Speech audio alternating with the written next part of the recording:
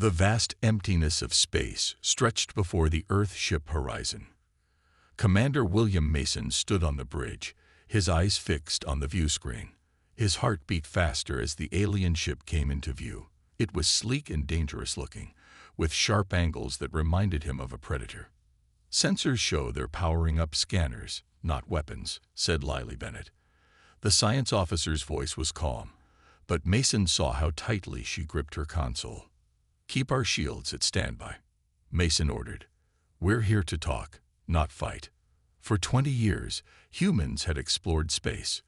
They had met 15 alien species. All of those aliens came from gentle worlds with mild weather and few dangers. They called Earth a death world, a planet so harsh and deadly that it was amazing humans had survived it all. Until now, humans were the only Deathworlders in known space. The other aliens feared them. Humans were stronger, faster, and more aggressive than species from easier worlds. But the Crixians were different. They too came from a deadly planet. And now, after months of careful messages, the first face-to-face meeting was about to happen. "They're sending a shuttle," said Frank Cooper, the security chief. His hand rested near his weapon. "Should we meet them in the landing bay?" Mason shook his head. "Neutral ground. We'll use the space station nearby. Equal footing, equal numbers." The space station was small and simple, built by the Galactic Council for trade meetings. Mason chose his team carefully, Bennett for her scientific knowledge, Cooper for security, and himself to lead the talks. They wore simple blue uniforms with Earth patches on the shoulders. "Remember," Mason told them as they waited in the station's meeting room, "the Crixians evolved like we did, fighting for survival every step of the way. They'll respect strength and honesty, not weakness." The door slid open. 3 Crixians entered the room. Mason fought to keep his face neutral. The aliens stood 7 feet tall, with bodies covered in scales that shifted colors like oil on water. Their faces were angular with vertical pupils and large eyes. Despite their reptile-like appearance, they moved with the grace of big cats. "Commander Mason," the lead Crixian said. Her voice was deeper than a human female's but clearly feminine.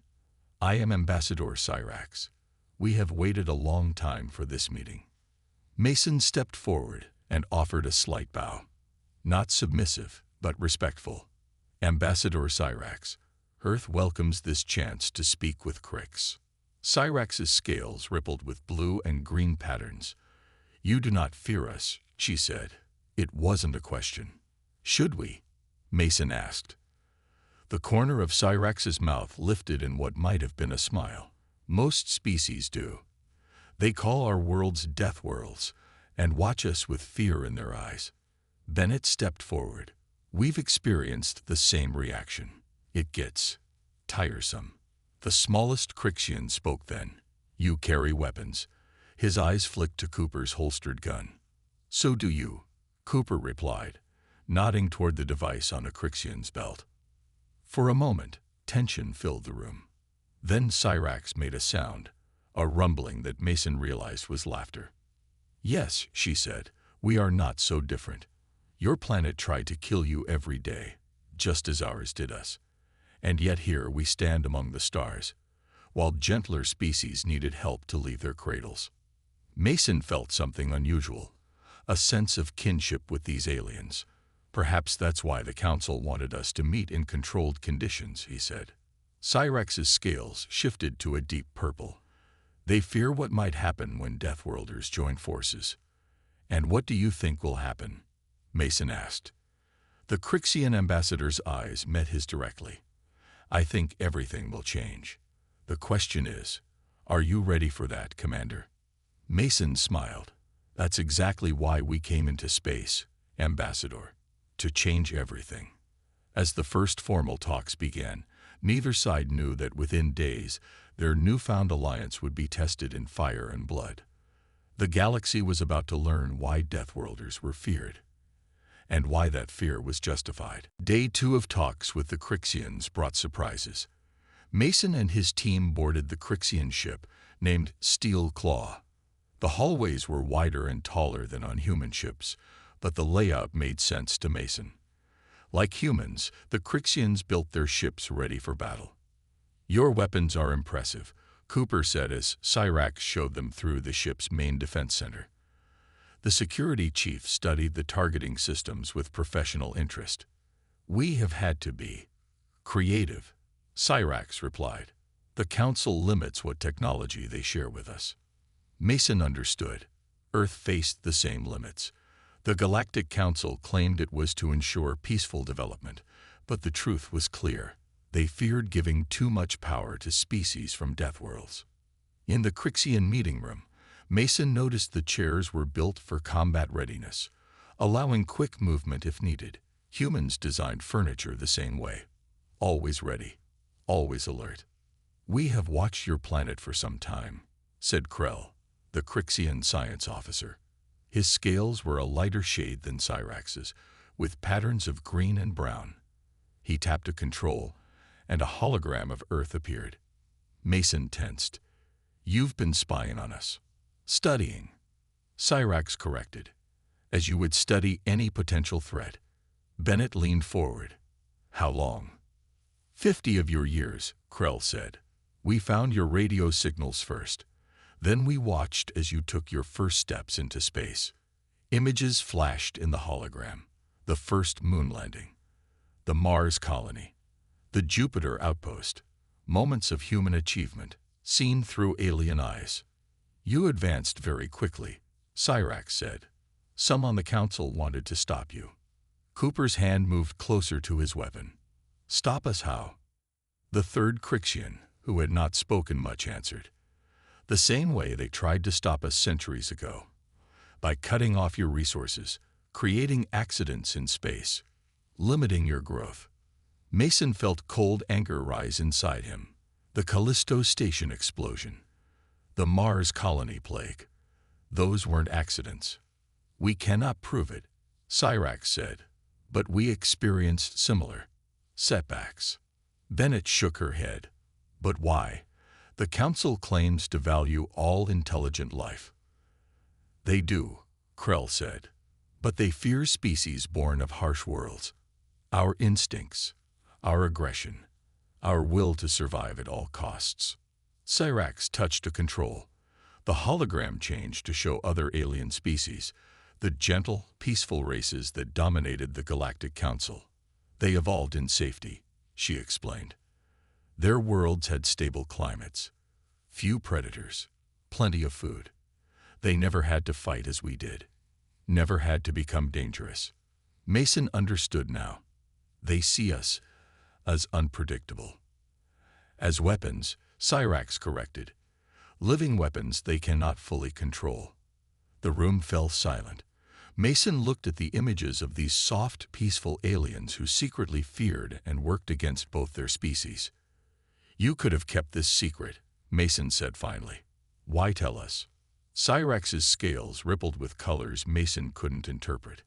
"Because something is coming. Something even the Council fears more than us." Krell brought up a new image, a star map with a spreading darkness at its edge. "Ships and stations are disappearing here," he said. "The Council calls it navigation errors or equipment failures." "But you don't believe that," Cooper said. "No," Cyrax replied, her voice grave. "We believe it is an enemy the gentle worlds cannot fight. An enemy that requires Deathworlders." Mason studied the map, his mind racing. "You're proposing an alliance?" "Yes," Cyrax said. "Not with the Council's knowledge. Not yet." "Why would we trust you?" Bennett asked. "We just met." The third Crixian spoke again. "Because whatever is coming does not care if your bones are inside or outside your body. It will destroy us all the same." Mason almost smiled at the blunt response. It was how a human might think. "We need time to consider this," he said. Cyrax nodded. "Of course. But time may be something we don't have." As if answering her words, alarms suddenly blared through both ships. The alarms screamed through the Crixian ship. Red lights flashed in the hallways. Mason and his team exchanged quick glances with their hosts. "What's happening?" Mason asked, already moving toward the door. Cyrax touched a communicator on her wrist. Bridge, report. A tense voice answered in the Crixian language. Cyrax's scales darkened to a deep red. A distress signal, she explained to the humans, from the Galactic Council research station in the nearby Telis system. What kind of distress? Cooper asked, his training kicking in. Krell brought up a hologram showing a space station. It looked like a silver flower with 6 petals, extending from a central hub. Red warning symbols flashed around it. They report unknown ships attacking without warning, Cyrax said. The message cut off mid-transmission. A Crixian officer rushed in and handed Cyrax a small device. She read it, then looked at Mason. The Council has sent an emergency message to all ships in this sector, she said. They are ordering everyone to stay away from Telis Station until their defense fleet arrives. How long until their fleet gets there? Mason asked. 18 hours, Krell answered.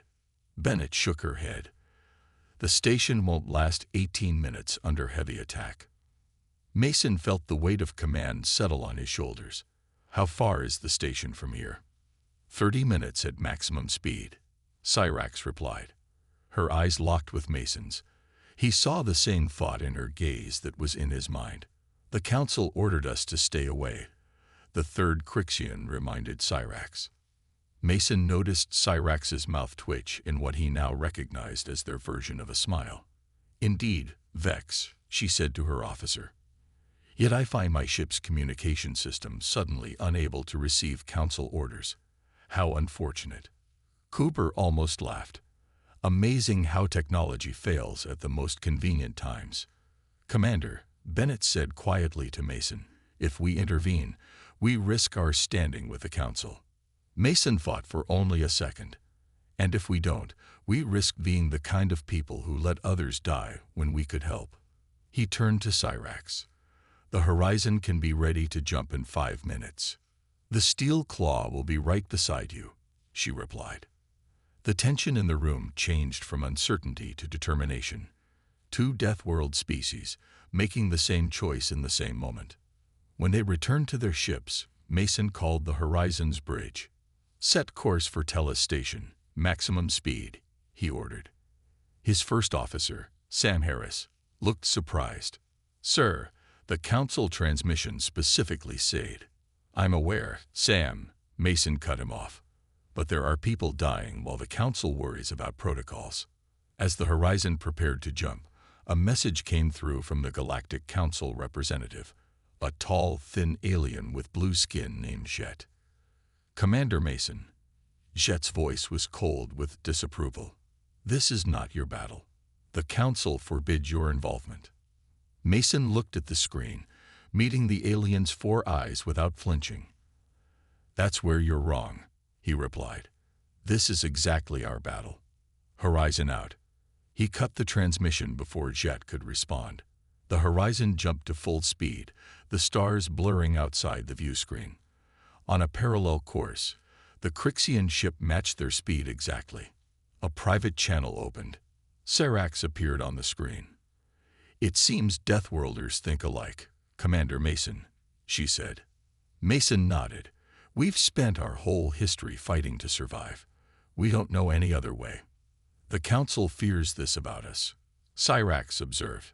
Maybe they should, Mason replied. But today, that fear will save lives. As they approached the Telis system, sensors began picking up weapons fire and explosions. The battle was still raging. All hands to battle stations, Mason ordered, his voice calm despite the danger ahead. Let's show these attackers what happens when they pick a fight in Deathworlder territory. The Horizon and Steel Claw dropped out of faster-than-light travel together, weapons hot and shields at maximum. What they saw next would change the course of galactic history forever. The alarm screamed through the Crixian ship. Red lights flashed in the hallways. Mason and his team exchanged quick glances with their hosts. What's happening? Mason asked, already moving toward the door. Cyrax touched a communicator on her wrist. Bridge, report. A tense voice answered in the Crixian language. Cyrax's scales darkened to a deep red. A distress signal, she explained to the humans, from the Galactic Council research station in the nearby Telis system. What kind of distress? Cooper asked, his training kicking in. Krell brought up a hologram showing a space station. It looked like a silver flower with 6 petals, extending from a central hub. Red warning symbols flashed around it. They report unknown ships attacking without warning, Cyrax said. The message cut off mid-transmission. A Crixian officer rushed in and handed Cyrax a small device. She read it, then looked at Mason. The Council has sent an emergency message to all ships in this sector, she said.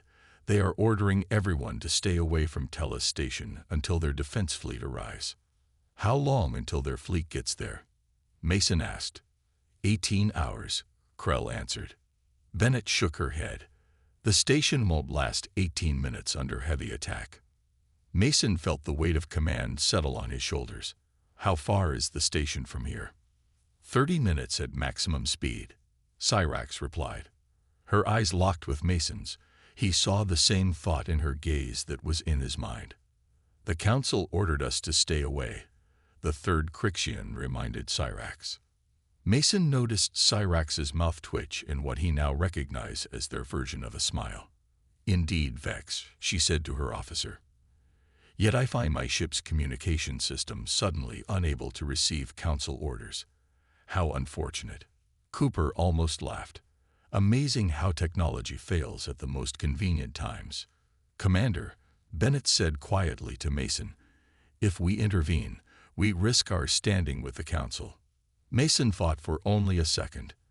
And if we don't, we risk being the kind of people who let others die when we could help. He turned to Cyrax. The horizon can be ready to jump in 5 minutes. The steel claw will be right beside you, she replied. The tension in the room changed from uncertainty to determination. 2 Deathworld species, making the same choice in the same moment. When they returned to their ships, Mason called the Horizon's bridge. Set course for Telis Station, maximum speed, he ordered. His first officer, Sam Harris, looked surprised. Sir, the Council transmission specifically said. I'm aware, Sam, Mason cut him off. But there are people dying while the Council worries about protocols. As the Horizon prepared to jump, a message came through from the Galactic Council representative. A tall, thin alien with blue skin named Jet. Commander Mason. Jet's voice was cold with disapproval. This is not your battle. The Council forbids your involvement. Mason looked at the screen, meeting the alien's 4 eyes without flinching. That's where you're wrong, he replied. This is exactly our battle. Horizon out. He cut the transmission before Jet could respond. The Horizon jumped to full speed, the stars blurring outside the view screen. On a parallel course, the Crixian ship matched their speed exactly. A private channel opened. Cyrax appeared on the screen. It seems Deathworlders think alike, Commander Mason, she said. Mason nodded. We've spent our whole history fighting to survive. We don't know any other way. The Council fears this about us, Cyrax observed. Maybe they should, Mason replied. But today, that fear will save lives. As they approached the Telis system, sensors began picking up weapons fire and explosions.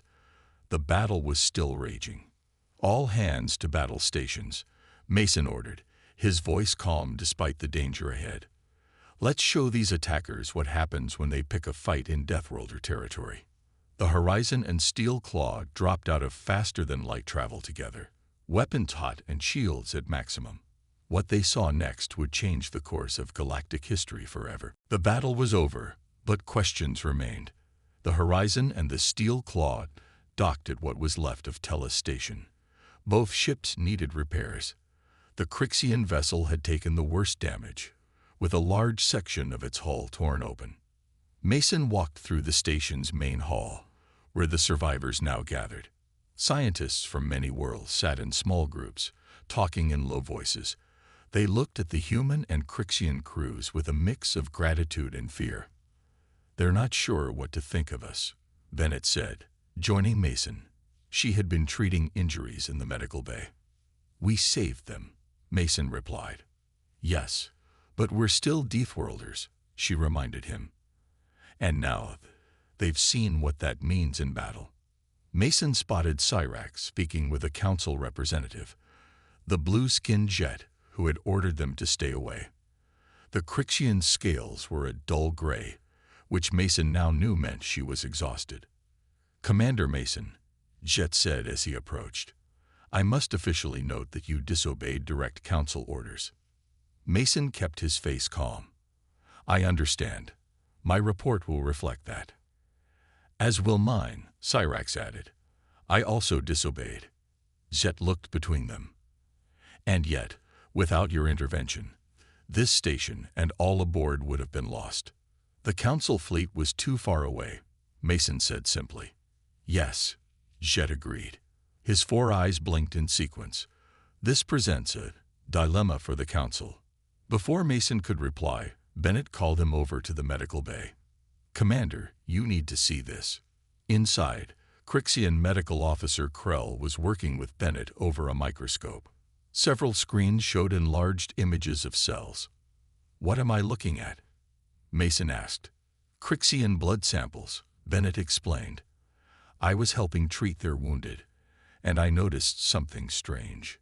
Krell pointed to one of the screens. "Your Dr. Bennett has made a fascinating discovery. Our cellular structure shows signs of artificial engineering." Mason frowned. "What does that mean?" "It means," Bennett said, "the Crixians didn't evolve naturally on their death world. They were placed there, designed to survive there." Mason tried to understand. "You're saying someone engineered your species?" "Not just us," Cyrax said from the doorway. She had followed Mason to the medical bay. Dr. Bennett found similar markers in human DNA samples. Mason felt like the floor had shifted under him. "That's impossible." Bennett shook her head. "The evidence is clear, Commander. Both humans and Crixians show signs of genetic manipulation from thousands of years ago. We were designed to survive on harsh worlds." "But who would do that?" Mason asked. "And why?" The door opened, and Jet entered the medical bay. He had been listening. "There are theories," the council representative said carefully. "Ancient records speak of a species called the Architects. They seeded warrior races throughout the galaxy long ago." "Warrior races?" Mason repeated. "Biological weapons," Krell clarified. "Created for a war long forgotten." Cyrax's scales rippled with deep blue patterns. "The council has suspected this for centuries, haven't they, Jet?" The blue alien didn't deny it. "There was never proof, but yes, we have monitored Deathworld species closely because of these concerns." "You've been containing us," Mason said, anger rising in his voice. "Protecting the galaxy from you," Jet corrected, "until you were needed." The room fell silent as everyone absorbed this information. Finally, Mason spoke. "The ships that attacked this station, do they have something to do with this ancient war?" Jet hesitated, then nodded. "We believe they are automated defense systems left by the Architects' enemies. We call them the Void Collective. They have been dormant for millennia, but recently they have awakened and begun attacking our outposts. And now you need the weapons you've been fearing," Cyrax said bitterly. Jet spread his 4 hands in a gesture of resignation. "The Council is preparing a proposal. We would like both Earth and Crix to join a special defense force under Council oversight." Mason exchanged looks with Cyrax. The same thought passed between them. "We have a counter-proposal," Mason said. "One that doesn't involve Council control. A Deathworlder alliance," Cyrax continued. "Independent, but allied with the Council." Jet's eyes widened. "The Council will never agree to that." "They might," Mason said, "when they understand what's coming for all of us." 3 weeks after the battle at Telis Station, the Galactic Council called an emergency meeting. For the first time in Council history, representatives from both Earth and Crix were invited to speak. Mason and Cyrax stood side by side in the great circular chamber, facing the gathered leaders of 50 peaceful worlds. "The Council has reviewed your proposal," said the head counselor, an ancient being with translucent skin and wise eyes. "We cannot approve an independent Deathworlder alliance. The risks are too great." Murmurs of agreement spread through the chamber. Mason took a deep breath, ready to argue, but Cyrax spoke first. "With respect, we did not come to ask permission," she said. Her scales shimmered with confidence. "The Deathworld Coalition has already been formed." The chamber erupted in alarmed voices. The head counselor raised all 4 hands for silence. "This is unprecedented," the counselor said, "and dangerous." Mason stepped forward. "What's dangerous is hiding the truth. Our scientists have studied the remains of the ships we destroyed. The Void Collective is searching for something connected to our origins." On a large screen behind them, Bennett and Krell displayed their findings. Images of the strange ship's technology showed patterns matching ancient artifacts found on both Earth and Kryx. "We believe the architects placed markers in our DNA," Bennett explained to the Council. "A signature that their enemies are now tracking." "Which means," Cyrax added, "every world with engineered Deathworlders is a target." The Council chamber grew quiet as the implications became clear. "How many Deathworlder species exist?" Mason asked directly. Jet looked uncomfortable. "Our records suggest 7 were created." "7," Mason repeated. "We've only encountered 2, humans and Kryxians. The others are contained," Jet admitted. "Some still on their home planets, unaware of galactic society. Others in designated sectors." Cyrax's scales darkened with anger. "You've kept us separated deliberately." "For safety," the head counselor insisted. "Imagine 7 aggressive species forming alliances." "Exactly what we need now," Mason countered. "The Void Collective is hunting us one by one. Together, we might stand a chance." The debate lasted hours. In the end, the Council agreed to share information about the other Deathworlder species, but insisted they remain under Council supervision. Mason and Cyrax left the chamber knowing they had won a small victory, but the larger battle was just beginning. Back on the horizon, now repaired and upgraded with Kryxian technology, Mason reviewed the files on the other Deathworlder planets. "They're all similar to Earth and Kryx," Bennett noted. "Harsh conditions, dangerous wildlife, extreme weather. Perfect testing grounds for creating warriors. And there are ruins on each world," Cooper added. "Ancient sites with the same symbols we found in the void ships." Mason studied the star map showing all 7 Deathworlder planets. "The architects left something behind. Clues to why they created us." A message arrived from Cyrax. The Kryxians had found coordinates in the ruins on their homeworld. Coordinates that matched a location at the edge of explored space. "It could be a trap," Cooper warned. "Or answers," Bennett countered. Mason made his decision. Within days, the Horizon and Steel Claw set course for the coordinates, now accompanied by a 3rd ship. The Galactic Council had reluctantly allowed them to contact one more Deathworlder species, the Volrans, massive beings with thick skin who evolved on a high-gravity world. The Volran ship, Stonecrusher, was built like a fortress.